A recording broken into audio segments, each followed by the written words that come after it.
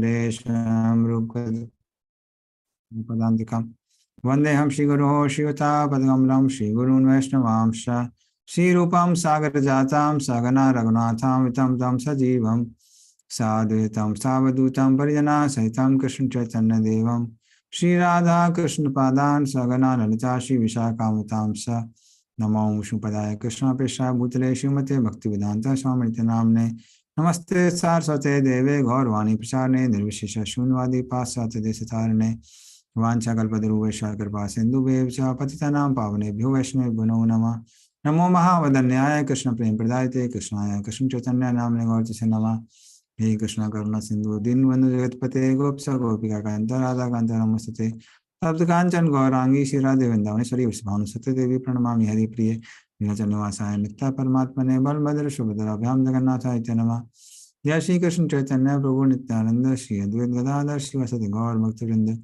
Hare Krishna Krishna Krishna Hare Hare Hare Ram Ram Ram Hare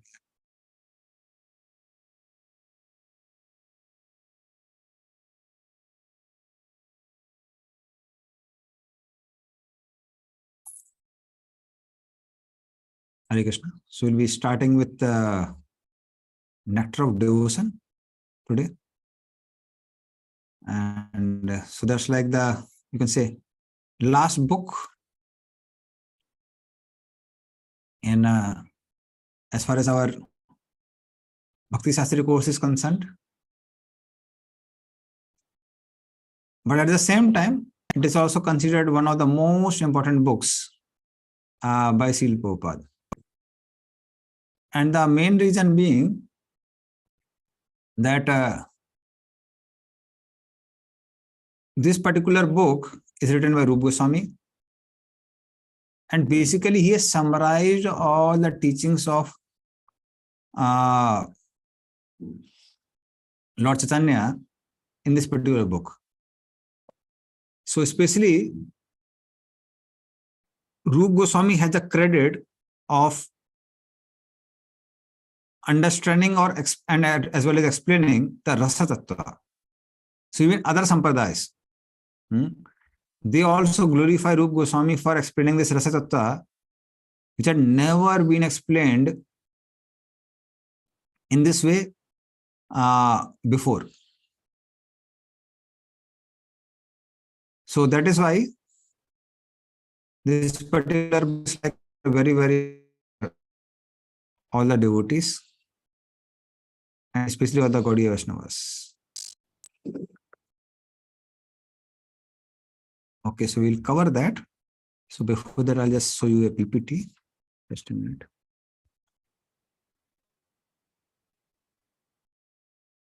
Okay, you have to allow me to share screen.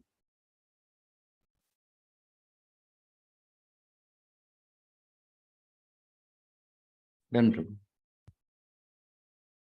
Okay.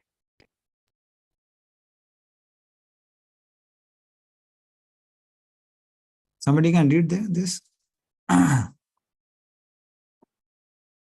Obsessed by a desire to benefit all devotees of the Lord, the esteemed author Srila Rupa Goswami compiled this remarkable work, the scripture called Bhakti Rasamrita Sindhu, using the rasa presented in the Srimad Bhagavatam, which appeared within the lotus bird of his heart. Srila Jiva Goswami. Hare Krishna. Haribol. So this is by Jiva Goswami. So this Bhakti Rasamrita Sindhu, it gives the knowledge which Lord Chaitanya had given to Rupa Goswami for 10 days in Prayag at Dasaswamedh Ghat. And because Rupa Goswami got that knowledge, Mahaprabhu said that he knows my heart. Because during the time of Rath Yatra, Lord Chaitanya spoke one verse which was looking like some movie song. So devotees, when they heard it, they were very confused. They thought, how can Mahaprabhu speak such a song? But only Sarup Damodar Goswami and Mahaprabhu, as well as Rupa Goswami at that time, could understand. So later on, when Mahaprabhu along with Sarup Damodar Goswami, visited the house of, or house not, or you can say Kutir, the place where Rup Goswami had written this, he was staying basically. So that time, he saw that on the hut, top of the hut, some talpatra was there. He picked it up, he read it, and he saw that same verse was written and the explanation was written. So then Mahaprabhu started asking Sarup Damodar, how can Rup Goswami understand my heart? So then Sarup Damodar Goswami said, it is only possible by your mercy. So that is why he knows your heart. So that is the reason he is called Sri Chaitanya Mano Abhishtam. He knows the heart of Lord Chaitanya. So that whole teaching which he heard for 10 days, he has written in this particular book called Bhakti Rasamrita Sindhu. So it is divided into 4 parts, but only first part is more relevant for all of us. And that is the reason we will more focus on the first part only. Only the first part is the part of Bhakti Shastri. It's meant for Vedi Sadhana Bhaktis. Hare Krishna Prabhu, apologies. You said about 10 days. Who explained and who heard from? I just missed it. Lord Chaitanya explained to Rupa Goswami.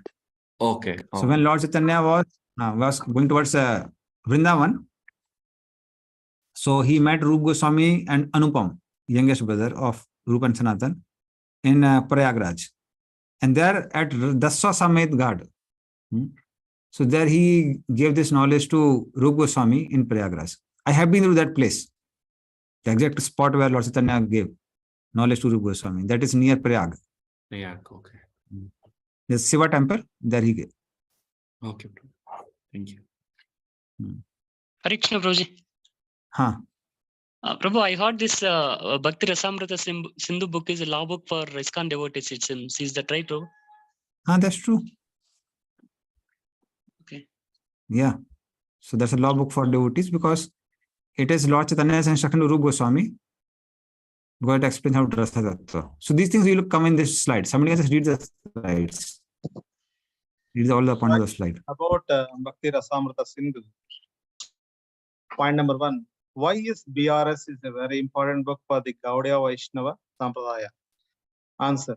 It is because it gives precise definitions of very important items in our Sampradaya like Bhakti, Prema, Rasa, and different types of Rasa, etc. Question number 2. Why do we need precise definitions? Answer. Point number 1. If we don't have precise definition of things, then we can fall into confusion. For example, I may talk about Bhakti, but it might be totally different from what Bhakti actually is. Bhakti generally means without any material motives or desires, but in most cases, it is full of material desires. Bhakti means only for Krishna or Vishnu, but we see terms like Desh Bhakti, Samaj Bhakti, etc. Hare Krishna. Thank you. Yeah. So Bhakti Rasamrita Sindhu talks about Bhakti, Prem is love for God, Rasam is different mellows in which one relates with Krishna, etc. And we need precise definition of each and everything which we'll talk in our course. So Bhakti, generally when people say Bhakti means it's like a sort of sentiment. And that is why they have terms like Desh Bhakti, sentiment for country, or no, Samaj Bhakti, sentiment for the society. But when we are reading the Bhakti Rasamrita Sindhu, we have to understand what Rupa Goswami means by Bhakti. So Bhakti is not just mere sentiment, it is spiritual sentiment towards Krishna. And that is expressed through action. That's why Prabhupada would generally translate Bhakti as devotional service, not just devotion.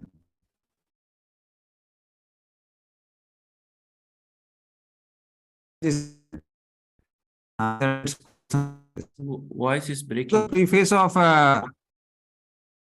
what is breaking? Hare Krishna Prabhu. Yeah. Wait a minute. Okay. What I'll do? I'll try from another network.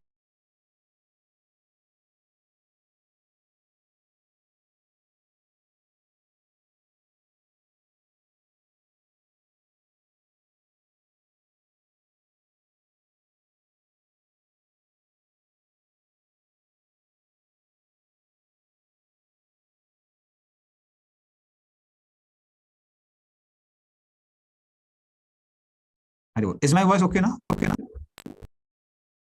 Yes, Prabhu. Yes, Prabhu. Okay. So Bhakti Rasamrita Sindhu and Nectar of Devotion are same. Okay. Okay. So in English we translated Nectar of Devotion. Yeah. Sanskrit. Sanskrit is called Bhakti Rasamrita Sindhu. Thank you. So as I was telling that this Bhakti is not a mere sentiment. Prabhupada translates it as devotional service. That means it is an activity. An activity with sentiment towards Krishna or Vishnu. So that is why we need precise definition of everything. Otherwise, we just become confused. Like outside, while you talk now, practice devotion service, they say, oh, we have a lot of devotion inside. So it has to be expressed.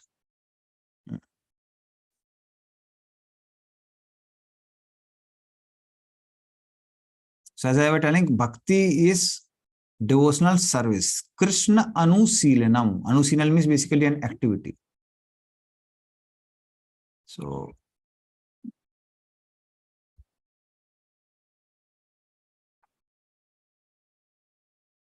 what we'll do, we'll not go through. Actually, these slides are meant for class when you give a class for in 50 classes. Cover Bhakti Rasamrita in 50 classes. But we are going to cover in 10 classes. So we'll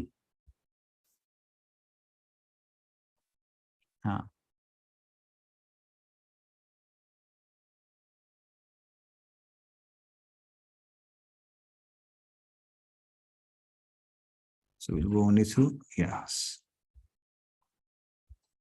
Fine. Now you can read all these points about bhakti.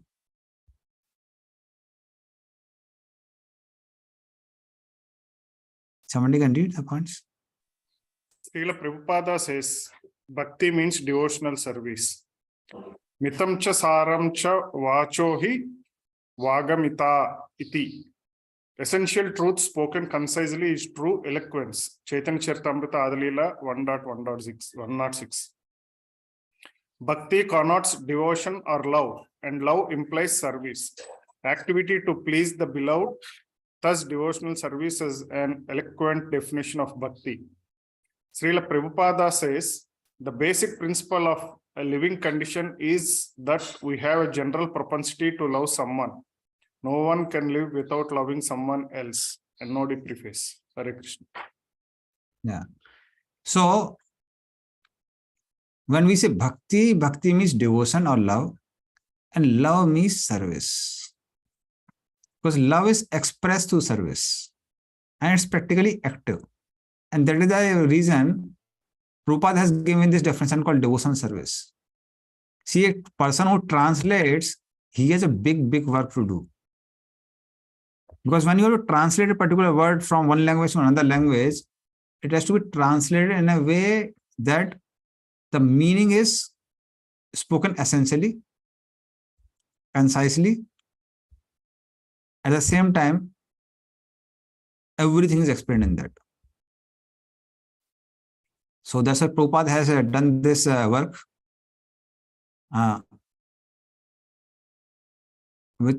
for explaining this particular topic, or sorry, this particular word, bhakti. Bhakti means devotional service. It is an activity.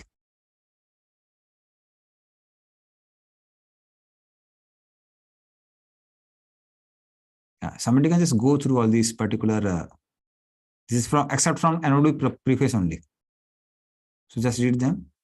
Srila Prabhupada says, in the primary stage, a child loves his parents, then his brothers and sisters, and he daily grows up, he begins to love his family, society, community, country, nation, or even the whole human society. But the loving propensity is not satisfied even by loving all human society. That loving propensity remains imperfectly fulfilled until we know who is the supreme beloved is. Nobody prefers. Love can become all embracing only when we understand that Krishna is the supreme beloved. He is the root of all creation. By embracing him, one successfully embraces everyone. As pouring water on the root of a tree successfully nourishes every leaf and branch. Srila Prabhupada says, the nectar of devotion teaches us the science of loving every one of the living entities perfectly by the easy method of loving Krishna. Hare Krishna.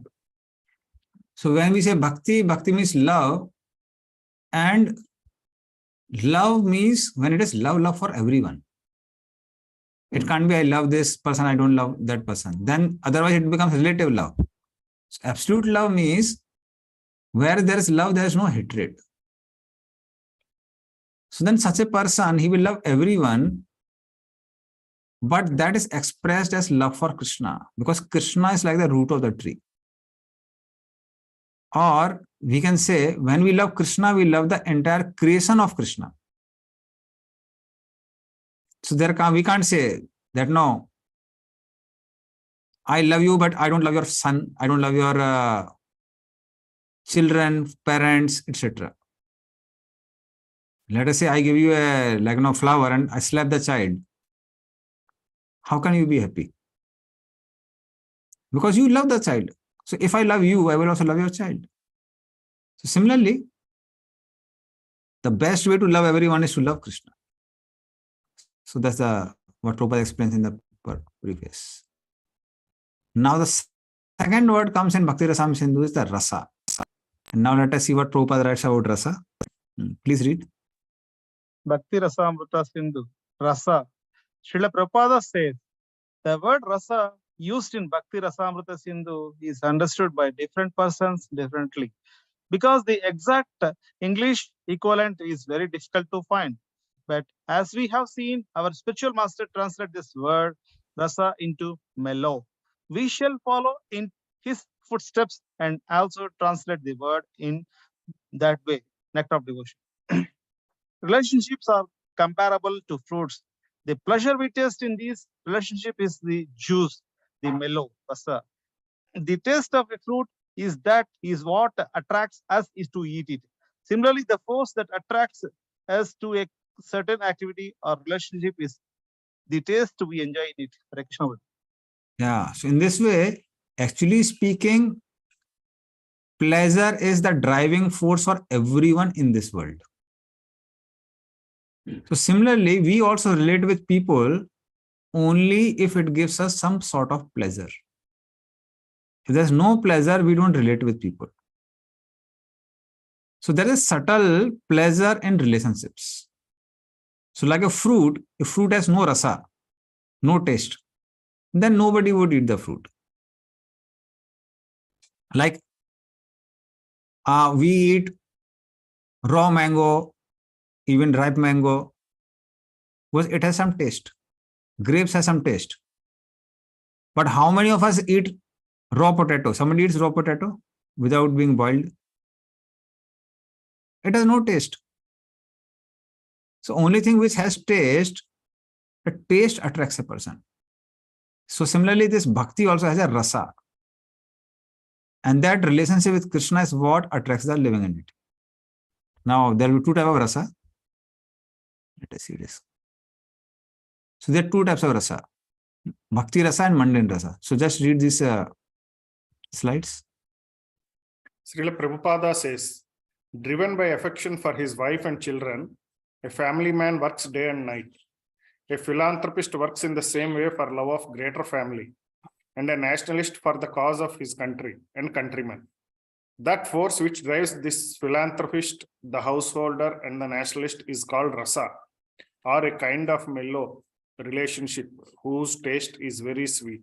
NOD preface. There are two kinds of tastes. Bhakti rasa, the taste relished in the devotional service to Krishna, and mundane rasa, the taste enjoyed by sense gratification. Bhakti Rasa is the incalculably superior taste. Not only is it superior to sense gratification, it is limitlessly superior even to the bliss of spiritual emancipation. Hare Krishna. Yeah. So, like Prabhupada writes that everybody works because there is some sort of rasa. Like people work from day till night, morning till evening in the company or at different places, because one gets a rasa of relationship from wife and children. So Prabhupada writes at one place that, of course, in that place he writes in a negative sense, that solitary embraces of the wife and the broken words of the children makes one a secure prisoner in this world. But actually speaking, people work hard in this world for these two reasons only. One gets some level of pleasure from wife and some pleasure from children. But same people start giving a lot of troubles, then many times people express now that we are feeling renunciation. Because same relationship is giving you trouble, it is not giving you pleasure anymore. So Chanak Pandit had different verses. One of the verses he says, Mata yasti grahena asti bharya cha aprivadani. So if wife is harshly speaking, mother is not there in the home, then such a person should go to forest because forest will be more pleasurable than the home. So that is how ultimately it is a pleasure of relationship which drives a person. So there are two types of taste, Bhakti Rasa and mundane Rasa. So Prabhupada used the word English and Sanskrit combined. Like we have founder Acharya. Founder is English word, Acharya is a Sanskrit word. Similarly, Prabhupada used the word mundane Rasa also. So Bhakti Rasa is the Rasa which we derive by serving Krishna. Mundane Rasa is something which we get through gross and subtle bodies.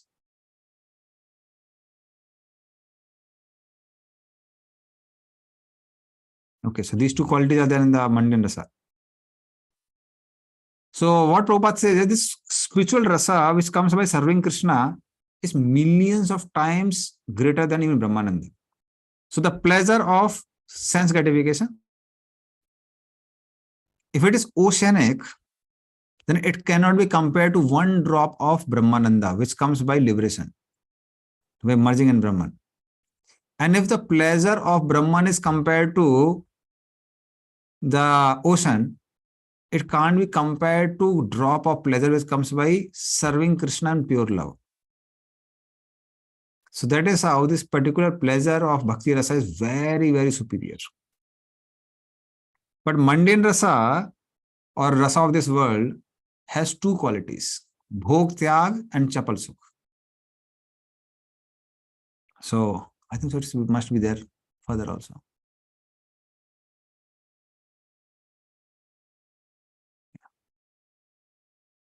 So we'll explain here about Bhog Tyag and Chapal Sukh. You can read both the slides, like all the points, then I'll explain them. Hare Krishna. Mundane, okay. Carry on. Yeah. Mundane Rasa versus Bhakti Rasa. Bhogatyaga, neither enjoyment nor renunciation, is the natural position of the soul. Therefore, one cannot remain permanently situated in either. One will oscillate between the two, finding satisfaction in neither.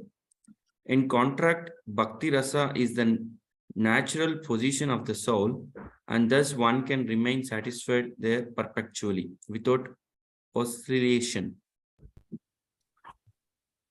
Kapala Sukha.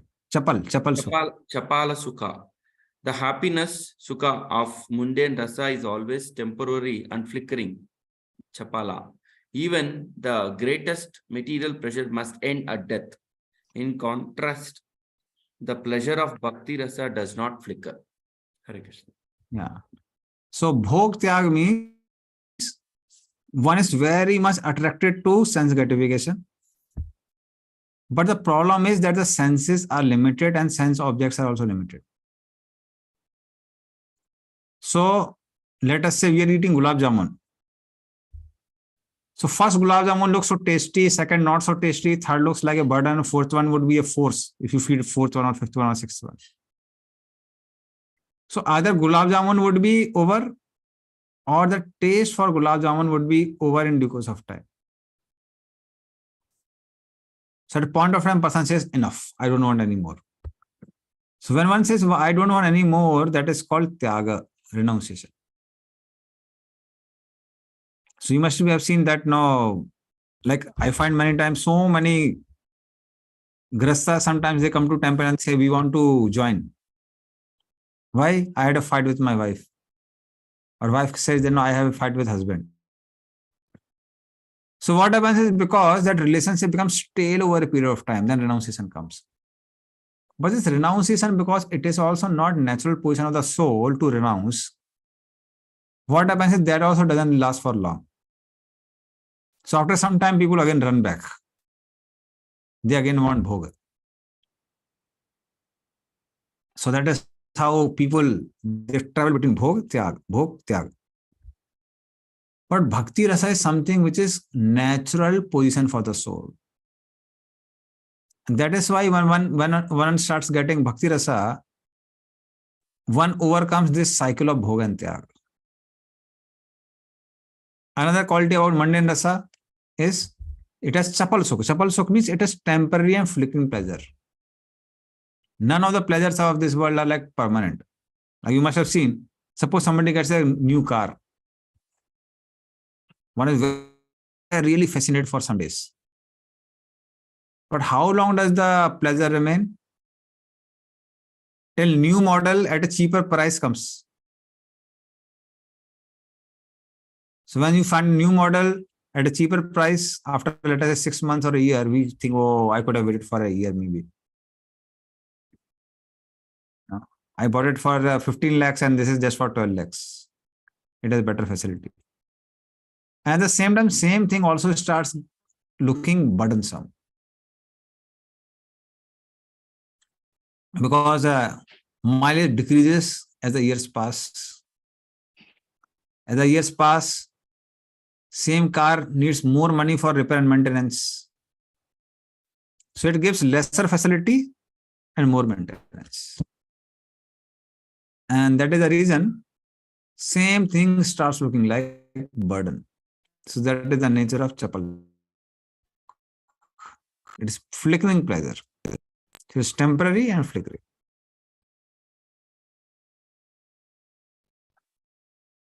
Now we'll define the word amrita. You can read amrita. Sitaram, if you are speaking, you have to unmute yourself. Hare Krishna. Srila Prabhupada says, Bhakti Rasa, however, the mellow relished in the transcendental loving service of the Lord, does not finish with the end of life. It continues perpetually and is therefore called Amrita, that which does not die but exists eternally. Nodi. Amrita also means nectar, a tasty beverage which makes one deathless. Devotional service not only bestows eternal pleasure, it is also the process of achieving eternality. Hare Krishna. Yeah. So this Amrit means nectar. At the same time, this is eternal nectar. This is not a temporary nectar. Like we saw that when it comes to mundane rasa, it is temporary, chapal sukh, flickering and temporary. But this particular rasa, mellow, which we have with Krishna, it is eternal. All the relationships of this body end with the body. But relationship with Krishna is eternal. And the pleasure derived from that eternal relationship is also eternal. So that's why it's called Amrita.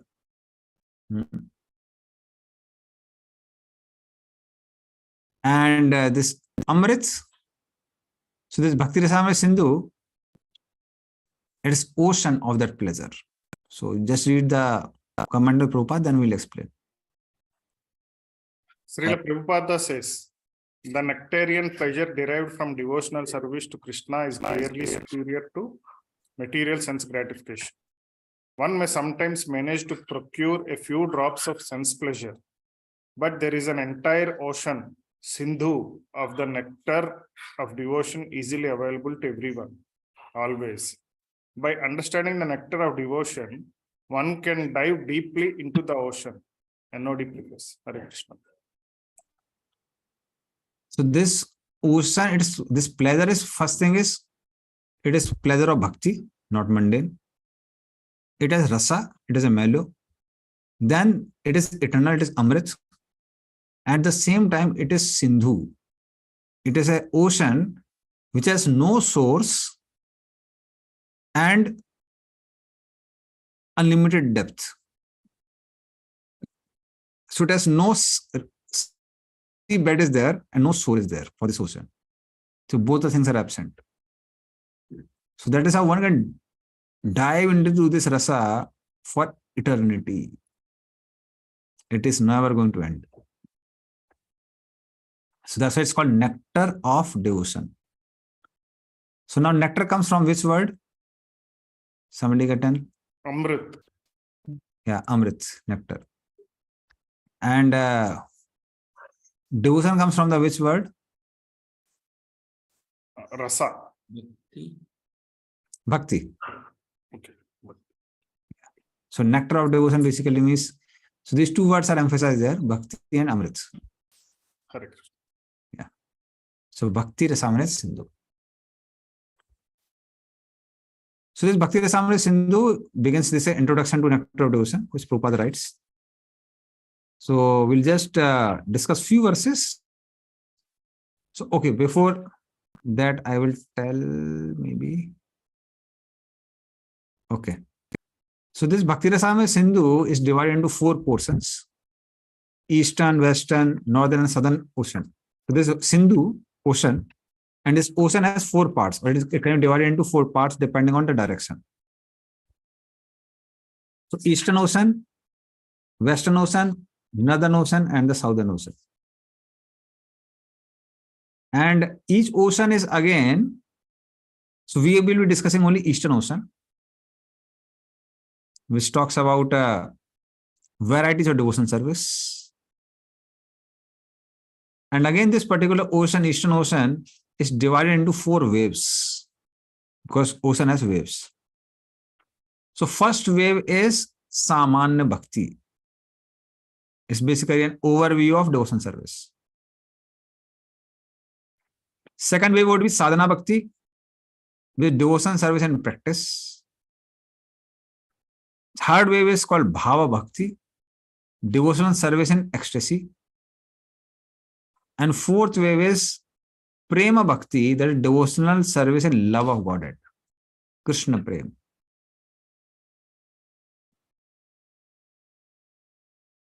So that's the first wave, begins with Mangalacharan and other verses. So first one is Mangalacharan. So Mangalacharan has 3 basically parts: Vastu Nirdesh, Asirvad, and Namaskar. So Vastu Nirdesh means it defines the objective of the book. Asirvad is, it allows author to offer obeisances so that he can seek blessings. And Namaskar, Namaskar basically is seeking blessings, and Asirvad is giving blessings. So he defines the objective of the book, why I am writing this book. He seeks blessings from the previous acharyas, and he gives blessings to the readers who will be reading the book. So that composes of Mangalacharan.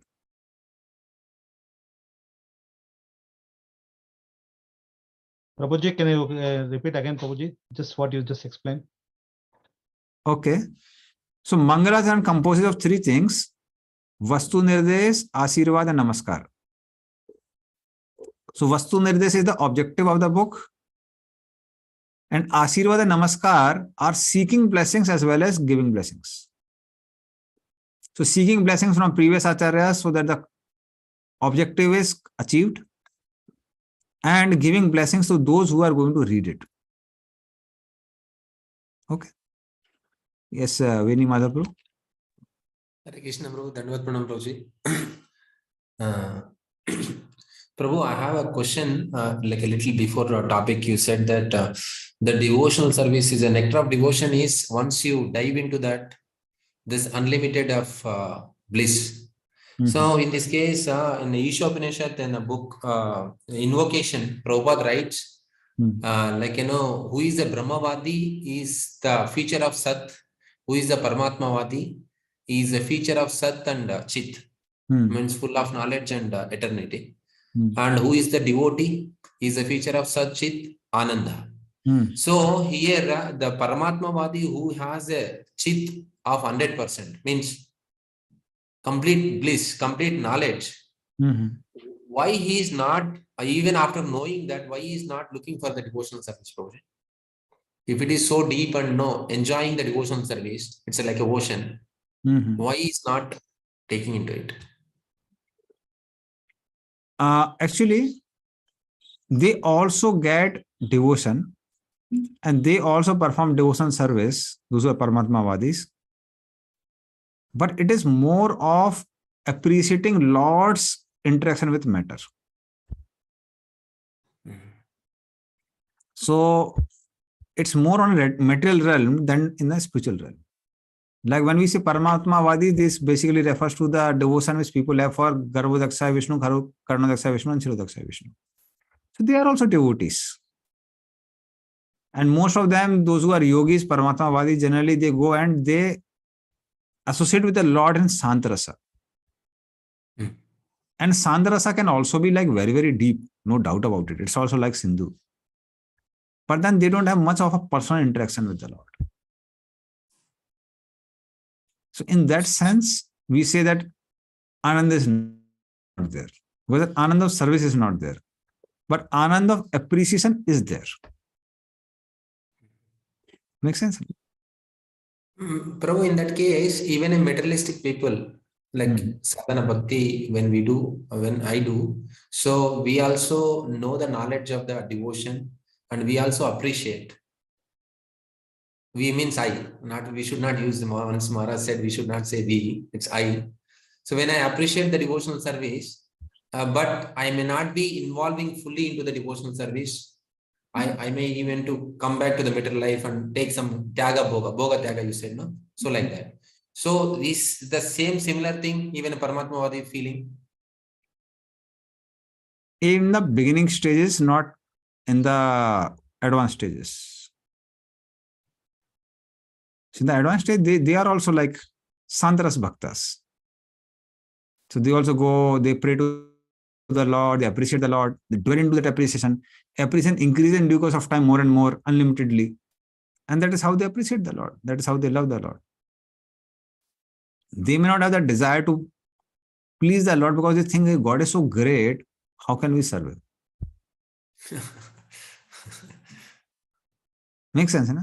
So it's not like, so that pleasure of personal interaction is not there. Like we find, like in our life also, see, many times we find there would be some people who just adore you. They don't follow you, they don't serve you. Means they may follow you also, but not like you don't have personal interaction with them. So that the people who come in the class and look at you as if now you are descending from heaven or somewhere. And fine, but they don't like personally come and serve and interact and this and that. So we have some sort of appreciation for them also. Some pleasure they derive and we also derive. But it's not like the way when we interact with people. So that's a difference. So in that case, can we say that they have 100% knowledge, Chit, Paramatmavadis? Yes, yes. See, 100% knowledge, again, it is like something a relative factor. Even Brahmavadis also have some knowledge. What is that knowledge? That knowledge is, I am spiritual. Aham Brahmasmi. Now they are not aware of their own form. They are not aware of the form of the Lord. They don't know about the relationship with the Lord. Similarly, these Paramatmavadis, they also have knowledge. What is that knowledge? I have a form. I have a personality. Lord has a personality. And Lord is a creator, maintainer, and destroyer of this world. But at the same time, they don't have knowledge of what are Lord's activities and interaction with the devotees in the spiritual world. That they are not aware of. So that sort of difference is there. Okay. In Is that that- case, they have little less some compared to the devotee, whatever the maybe. Yes, yes, yes.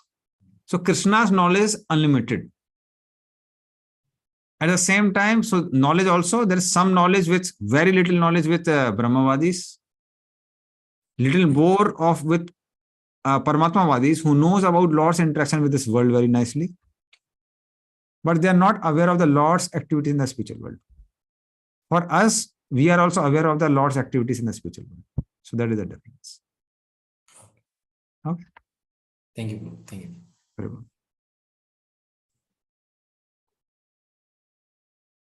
So Vastu Nirdesh. So we'll not go on everything. So we'll just go on Vastu Nirdesh of Bhakti Rasamrita Sindhu. So maybe you can repeat this. Maybe it may be difficult. Okay, you can repeat after me. You can try.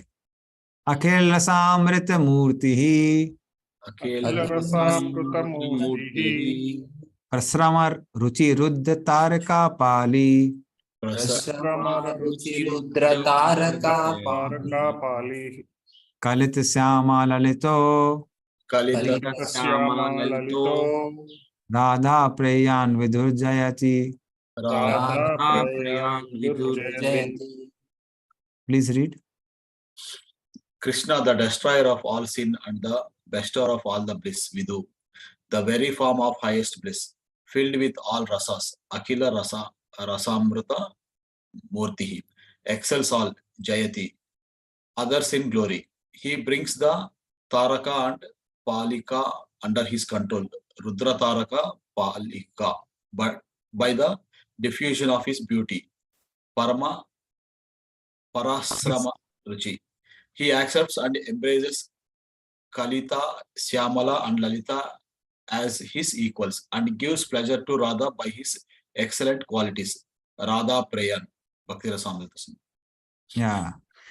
Basically, it is going to explain about the Rasa Tattva. This is the Vastu Nirdesh of this Bhakti Rasamrita Sindhu. That's why this sloka is called the Vastu Nirdesh. So this shows that how Krishna is Akhil Ras Amrit Murti.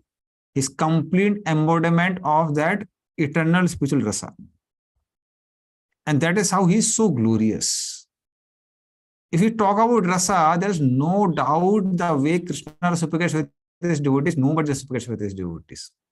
See, otherwise many times people have this confusion or arguments, who is great, whether Krishna has come from Vishnu or Vishnu has come from Krishna. All these sort of confusions are there. But as soon as you talk about Rasa Tattva, no doubt, no incarnation in his pastimes has reciprocated with the devotee the way Krishna reciprocates. So that's why this Rasa Tattva is something which is very special about Krishna, and that shows how Krishna is the best person to associate with in this world. And that is the reason sometimes Vrajavasis, they don't care for whether Krishna is God or not God. Even if he is not God, he is the best person to relate with in this world. So within Madhur Rasa only, which is the highest Rasa, we find three categories here. So Krishna brings Taraka and Paliki under his control because they want someone to control them. You'll see some ladies, they want someone who can tell them what to do this, do that. Krishna is expert in that. And he does that by his beauty.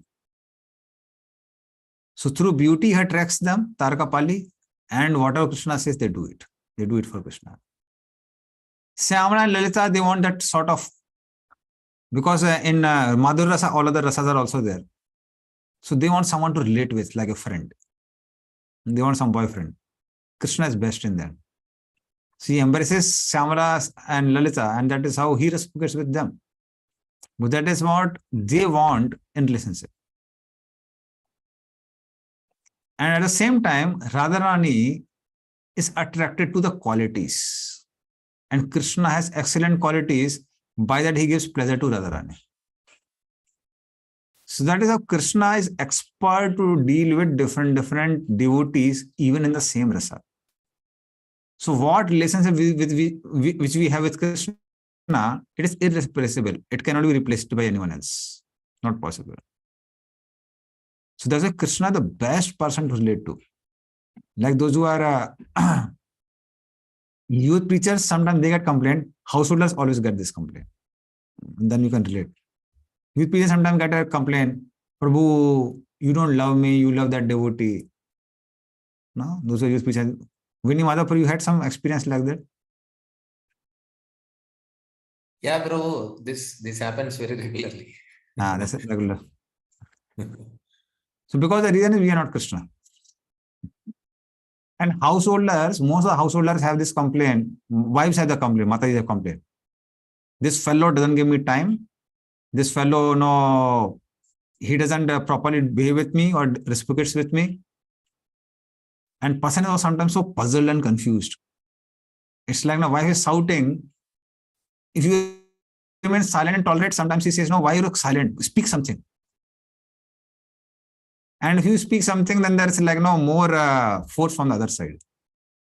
But the point is, people don't understand that how to reciprocate with other person. Sometimes it takes whole life to understand how to reciprocate.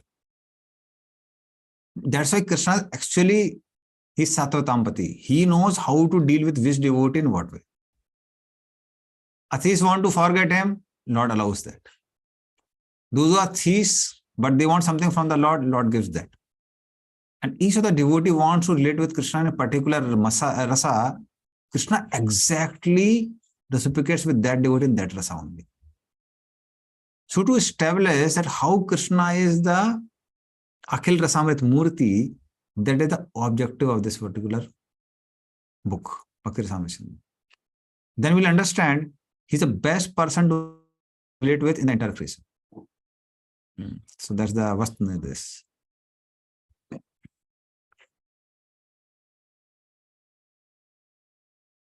So Vastu is Krishna. And that is, so we'll not. So what we'll do, we'll not go on everything. Is like very big ones.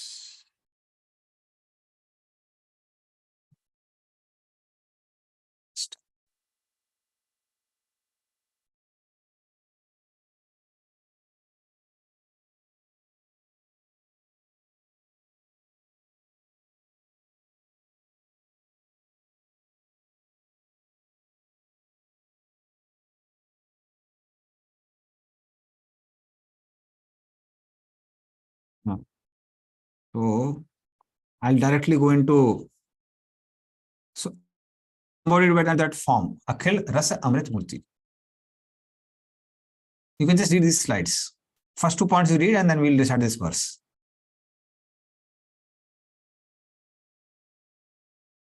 Why does Krishna show these 4 supreme qualities? Destroys suffering, surpasses all, produces all happiness, source of all. Because he is Akhila Rasamrita Murti, form of supreme bliss, Amrita Murti. Since he contains the 12 rasas, Akhila Rasa. What is the proof? Srimad Bhagavatam. Yes. Now we'll decide this. So basically here, why do you associate with Krishna? Krishna is source of supreme bliss. So many times different devotees or even outside, even devotees also, yes. They go to Krishna for different reasons. Sometimes a lot of troubles in the life, let us go and get relief from the troubles.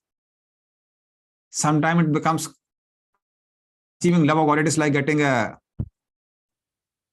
CEO of some company.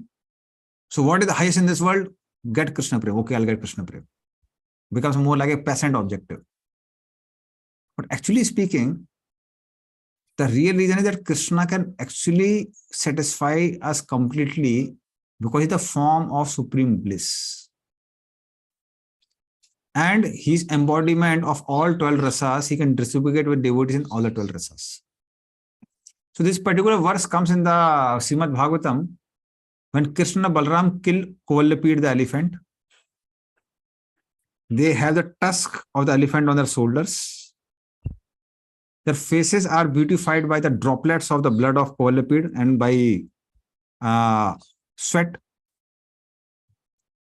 And they enter in the arena of Kansa, where all the people of different varieties are sitting to watch that wrestling match between Krishna Balram with Charud, Mystic, Saltosal, and Kuta, and many other fighters. These are the 5 of the primary ones.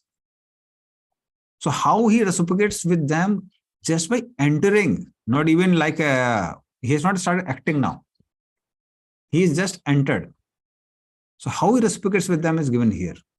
We saw that how he is really one who reciprocates with everyone at the same time in all 12 different rasas. So there are 5 primary and 7 secondary rasas. But we'll get that. Okay, somebody can tell 5 primary rasas. What are 5 primary rasas?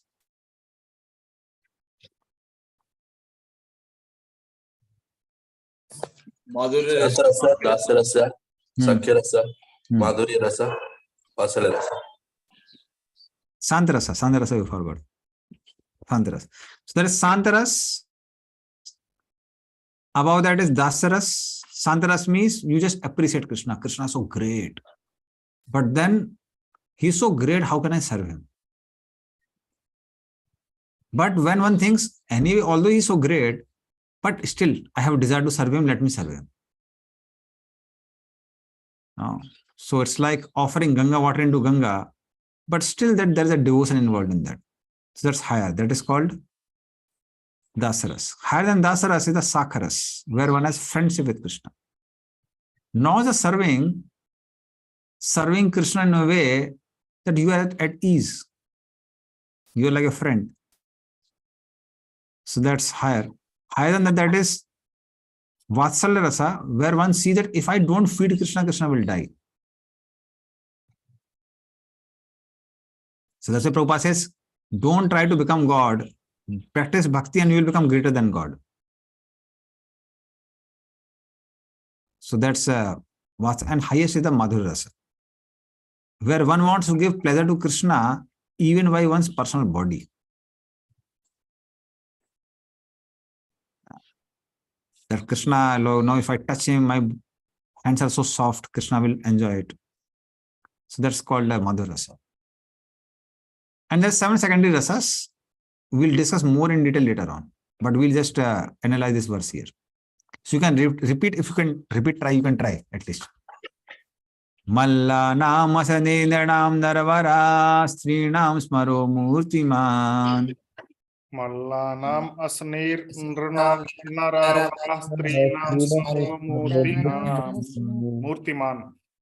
Gopanam sadano satam chiti bhujam sasta swapitero sisuhu.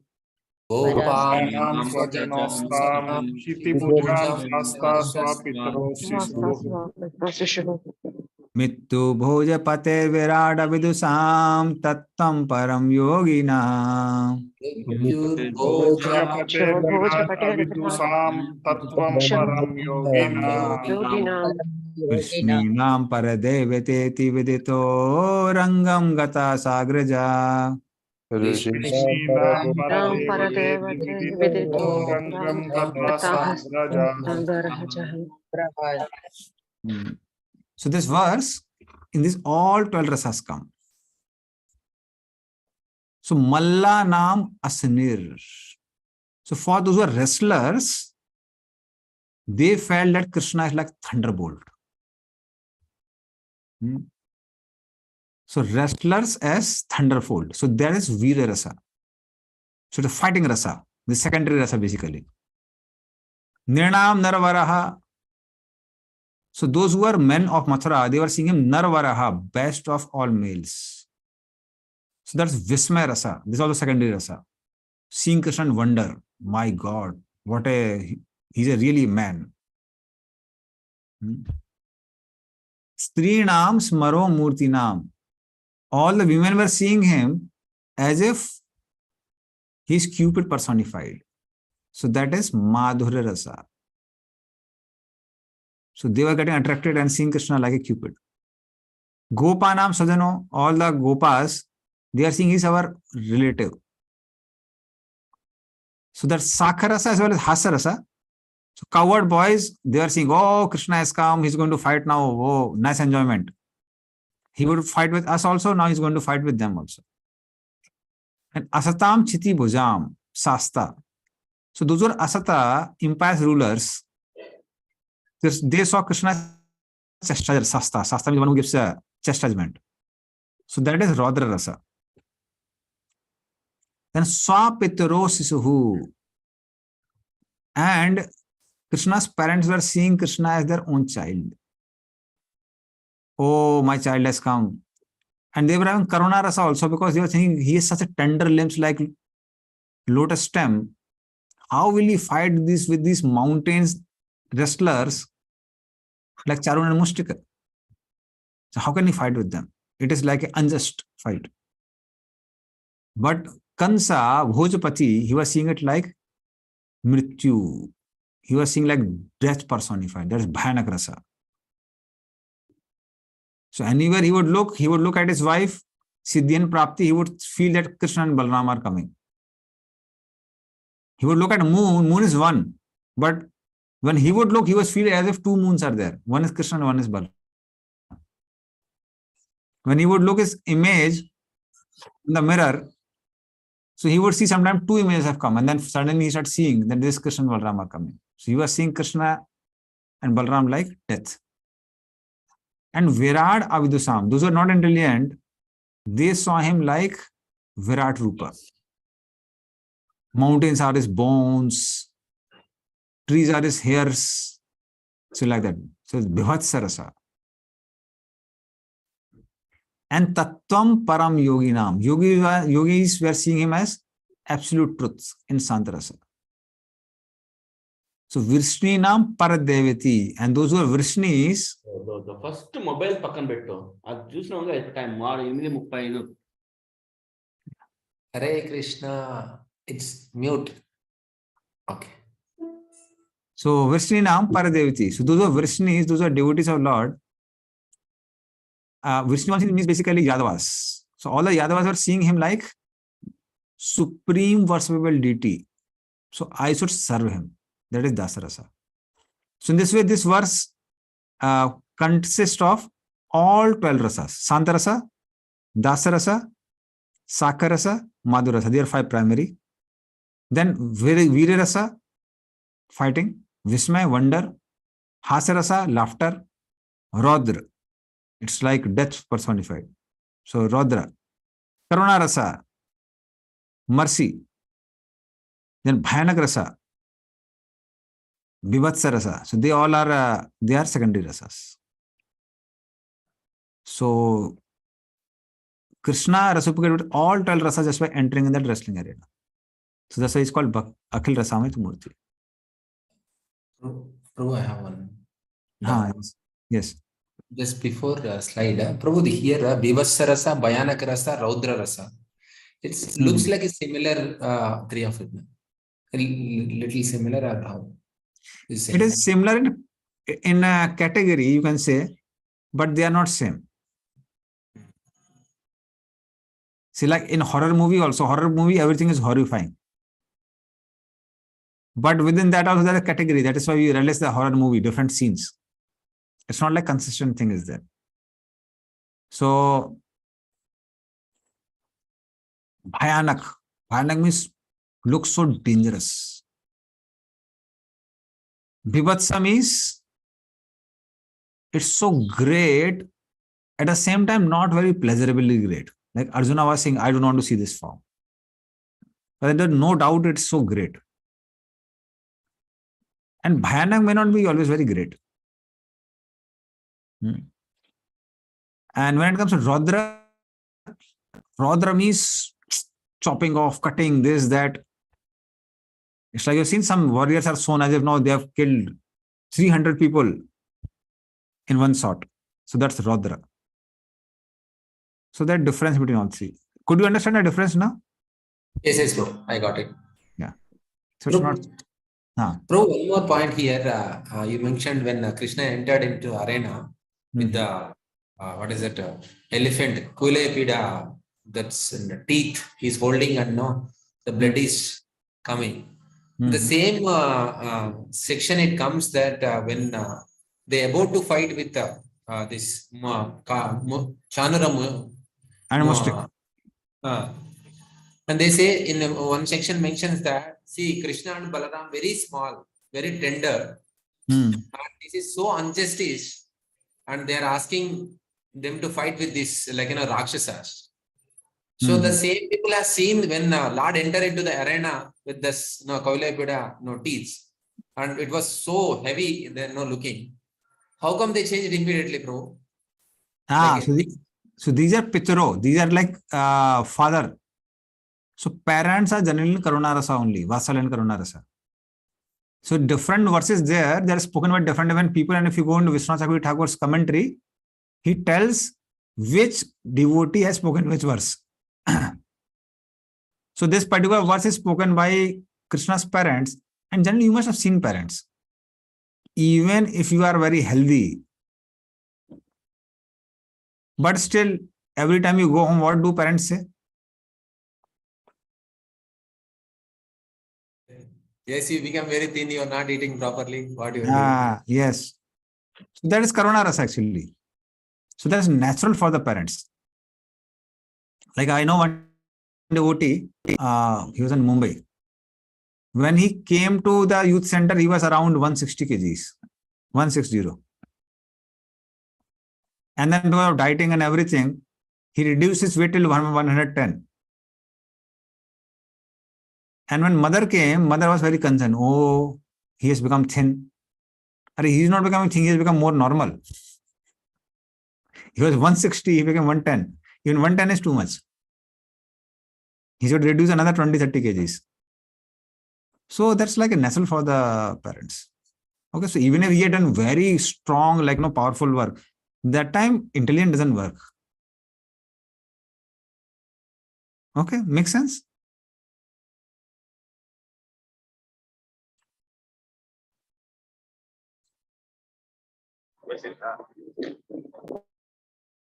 Vinivadapur, could you hear? Yes, Prabhu. So you understood the answer, no? Yes. I spoke. Okay. So because it's sharing, na, so every time I'm not able to see your face, it goes up and down. Okay. Okay.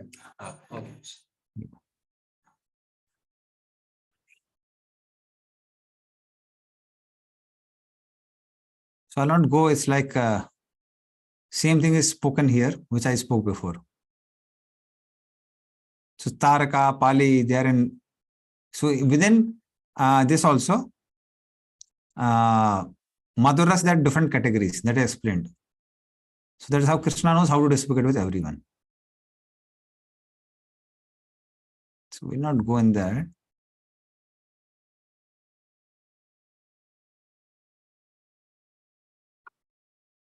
Let's go in. So he's an attractor of all the gopis, he's reservoir of all the rasas. Reservoir of all the rasas was given there, and he's also an attractor of the gopis.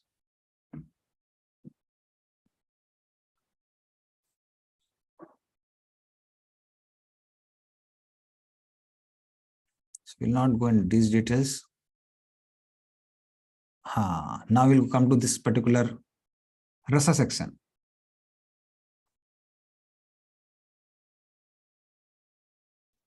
So this they will get a lot of clarity in this with this chart. Okay. So this is something I'll speak. Yeah. So Santarasa. Santarasa, as I told, you have such an adoration for Krishna, saying, Lord is so great, how can I serve him? Now, along with that adoration, when you think all the Lord is so great, everything belongs to Krishna, let me serve him and try to give him some pleasure. It's like sometimes a child gives a flower to the father and says happy birthday. And that is from the garden of the father only, and father has only grown the plant. So father is saying, hey, you fool, you are giving me this flower, you are giving this fool flower. But this is actually, I've only grown it. Father accepts a gesture of love. So when there is activity and active participation in serving Krishna, that is Dasaras. So that's additional in Dasaras. In Sakaras also, there is appreciation, there is service. Apart from that, there is also a familiarity. It's like person serves so nicely, so after some time he has more of friendly disposition, and that barrier of respect goes away. There's a barrier in respect. Like I have seen sometimes personal servants of spiritual masters. Now suddenly they're not supposed to be sakaras, but as they keep on serving, they become like really bold. Now they don't fear, oh, Maharaj is there and he will feel bad and what will happen, this will happen, that will happen. They say, okay, Maharaj is there, this happened, no problem. Other people are very fearful. So that familiarity comes. And this familiarity is releasable. It's releasable. Because sometimes even those who are sannyasis or very senior brahmachari, they have a experience that they want someone with whom you can be at ease. Not all the time people are coming and shivering and giving you, Maharaj, please take this, please take that, and please take this. They are fed up with those things. Okay, someone is there whom I can relate with.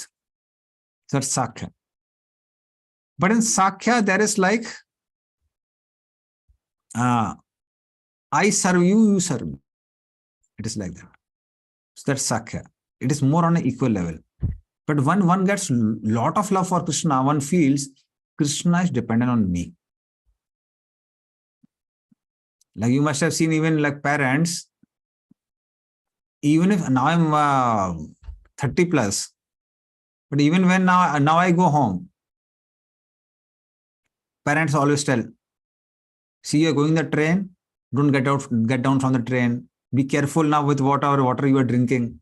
Don't drink outside water. And this detail and that detail.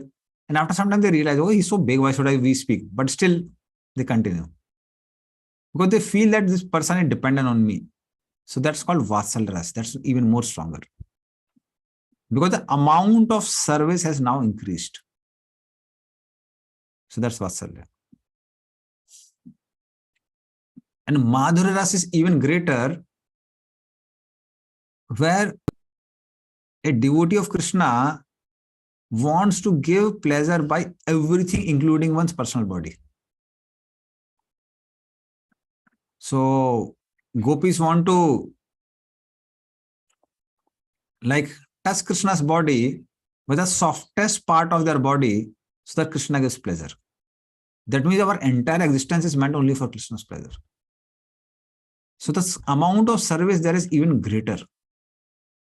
So much so that one doesn't care for what world says also. In case of gopis, they know they will get criticism from the world, but they don't care for that criticism. They don't care for going to hell if it is giving pleasure to Krishna. So that is how without reservation, this particular pleasure is the highest, Madhurya Rasa. But it has all other components of other rasas also in that. So Santaras is only Santaras, Das has both, Sant and Das, Sakha has all three, Vasal has all four, and Madhurya has 5, all previous rasas.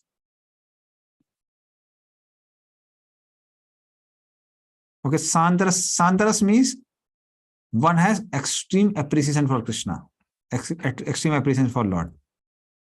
Lord is so great, but then one thinks, if Lord is so great, how can I serve him? That's Santaras. Okay.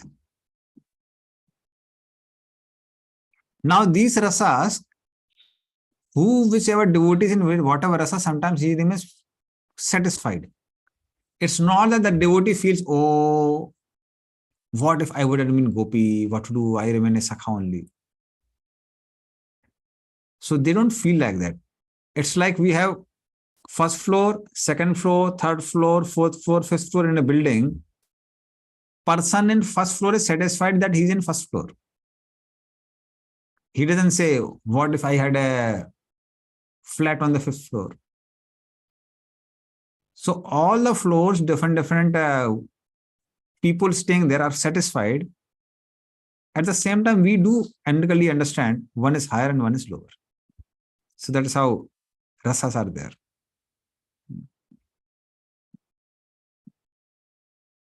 Okay. So any question on this?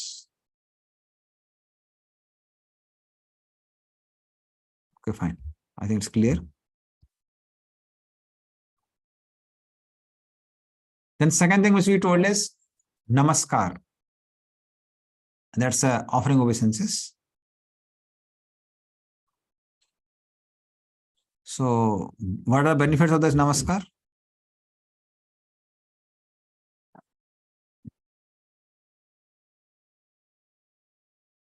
So we'll read this. So that's like seeking blessings before doing anything.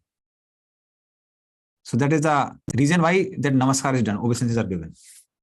So author offers obeisances to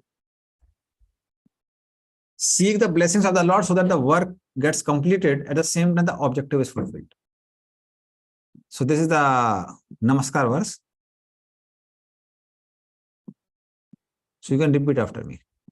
Hridiyasya preranaya हृदयस्य प्रेरणया pravartito ham varaka rupopi प्रवर्तितोऽहं वराकरूपोऽपि tasya hare padakamalam तस्य हरे पदकमलं vande chaitanya devasya. वन्दे चैतन्यदेवस्य. Now, please read meaning. I offer my respects one day to the lotus feet Padakamalam of the Supreme Lord in the form of Chaitanya Deva, Hare Chaitanya Devasya. Though I am a wild person by nature, Varaka Rupo Api, by his inspiration within my heart, Hrudiyasya Prera Naya, I have undertaken this work. Pravartitah Aham, PRS. Hare Krishna. Yeah. So he offers obeisance to Lord Chaitanya and begs inspiration from Lord Chaitanya so that he can complete his work. So that is how he. So Prabhupada says that you can read the third point. We should never think of ourselves as great preachers, but should always consider that we are simply instrumental to the previous acharyas, and simply by following in their footsteps, we may be able to do something for the benefit of suffering humanity. Hare Krishna. So like Rupa Goswami seeking blessings from Lord Chaitanya, similarly we also have to become instrument in the hands of Rupa Goswami and all other previous acharyas so that we can preach. Otherwise, no, we don't like, we are not great people. And then he offers obeisances to his spiritual master, that is Sanatana Goswami. Visram Mandiritasya Mandiratya Tasya Visrama Mandiratya Tasya Sanatan Tanor Mad Isasya Sanatana Tanor Mad Isasya Bhakti Rasamrita Sindur Bhavatu Bhakti Rasamrita Sindhur Bhavatu Tadayam Pramodaya. Sadayam Pramodaya. Please read. May this work named The Ocean of Nectar, composed of Bhakti Rasamrita Sindhu, always, Sada, serve as the recreation hall, Visrama Mandiratya of my Lord, Mad Isasya, manifested in the form called Sanatana Goswami, Sanatana Tanoh, for his pleasure, Pramodaya. Yes, Hare Krishna. So he writes that I want to compose this book for the pleasure of Sanatana Goswami. So he offers obeisances to Sanatana Goswami. And okay, now he's offering obeisances to other devotees also. Bhakti Rasamrita Sindhu Charataha Bhakti Bhakti Rasamrita Sindhu Charataha Paribhut Kala Jala Bhiyaha Paribhut Kala Jalabiyaha Bhakta Makaran Asilit Mukti Bhakta Makaran Asilita Mukti Nadikan Namasyami. Nadikan Namasyami. Please read. I offer my respects to the devotees who are like Makaras, kings among fishes, Bhakta Makaran Namasyami, frolicking Charataha, in the sweet ocean of devotional rasa, bhakti rasamrita sindhu, who disregard the insignificant rivers of liberation, asilita mukti nadikan, and who are free paribhutaha from fear biyaha, cast by the net of time, kala jala BRS. Hare Krishna. Yeah. So here what he says, this particular I offer, so Bhakti Rasamrita Sindhu, there are devotees who dive in that Sindhu, in ocean. And who are they? They are devotees. They are the ones who's relishing swimming in that ocean, Bhakti Rasamrita Sindhu. And they are not fearful of net of time, Kal Jala. Small fishes are caught by net of fishermen, not the bigger ones. If some fisherman catches a shark, he will be pulled away by the shark only. So similarly, time affects those who are not devotees negatively by keeping them moving in this world. But for devotees, they are not fearful of time. And they don't care for rivers of liberation. So many rivers are entering in the ocean from all the sides. So they are like rivers of liberation. But because devotees are relishing in this ocean of nectar, they don't care for liberation also. Like sharks are not, they don't dwell in the river. Sharks dwell in the ocean only. They are too big to be there in the river. So that is how these are devotees. So that's how he glorifies the devotees also.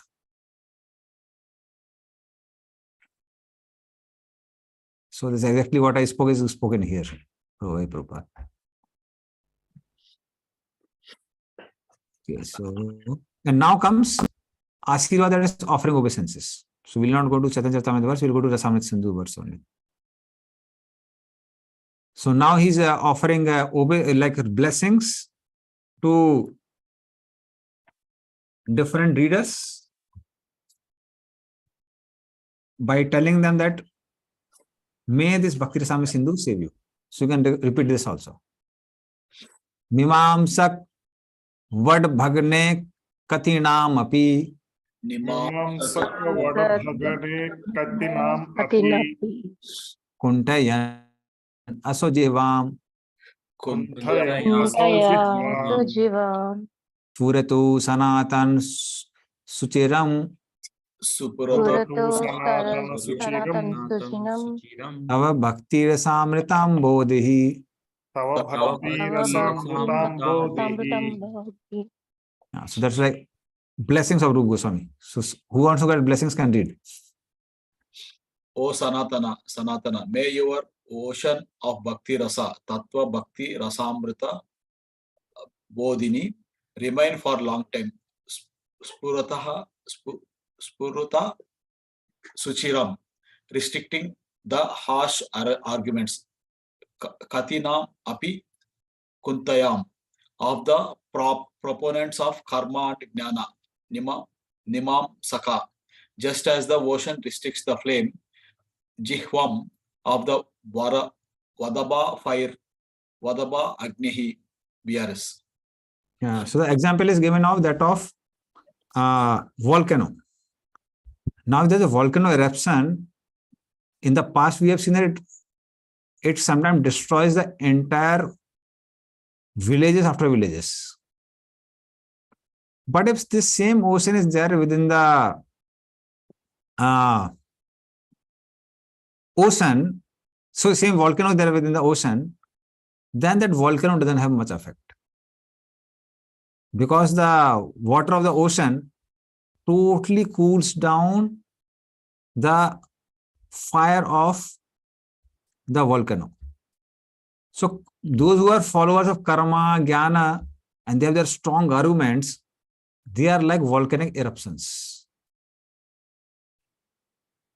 But one who is dwelling in that ocean of nectar, Sindhu, for him, he doesn't care for the flames which come from different philosophers. That means if somebody takes up Bhakti Rasamrita Sindhu very, very nicely, then one will not be affected by the arguments of other philosophers. So that's what exactly Rupa Goswami is speaking here. Okay.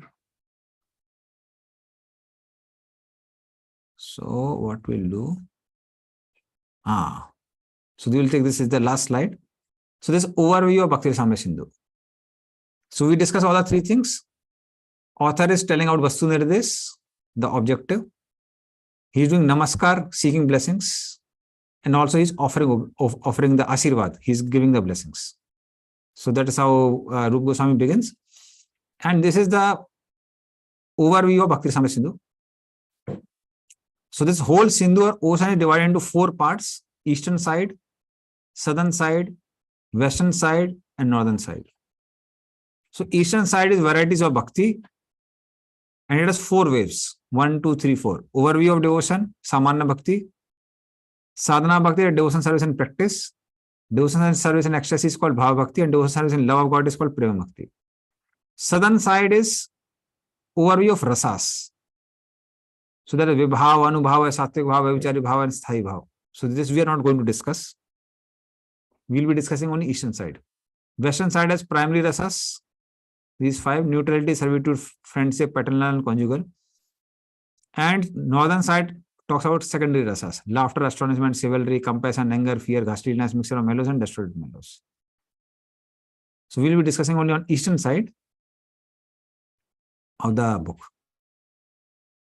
So we'll discuss about all these 4 waves, and we'll begin with the definition of pure devotion service in the next class. It's already 9 o'clock. So we had covered the entire preface and introduction. Okay, so we'll begin with the definition of pure devotion service in the next class. Okay, so we'll end here. Yes, Prabhu. Prabhu, do they need to do any homework before next session, Prabhu? You can. See, homework is you read Bhakti Rasamrita Sindhu. Because the point is that we will be discussing it analytically, but read it properly. And actually speaking, all the closed book questions are actually supposed to be done before the class only, before the course begins. Puru Swadhyaya. So if you do that, even you will get a more better overview of the thing. Okay. So at least read the whatever I have covered, introduction, preface, and also you can read the definition of Bhakti Rasa, this pure devotion service. If you do that, then homework, what will happen is it will become easier for you to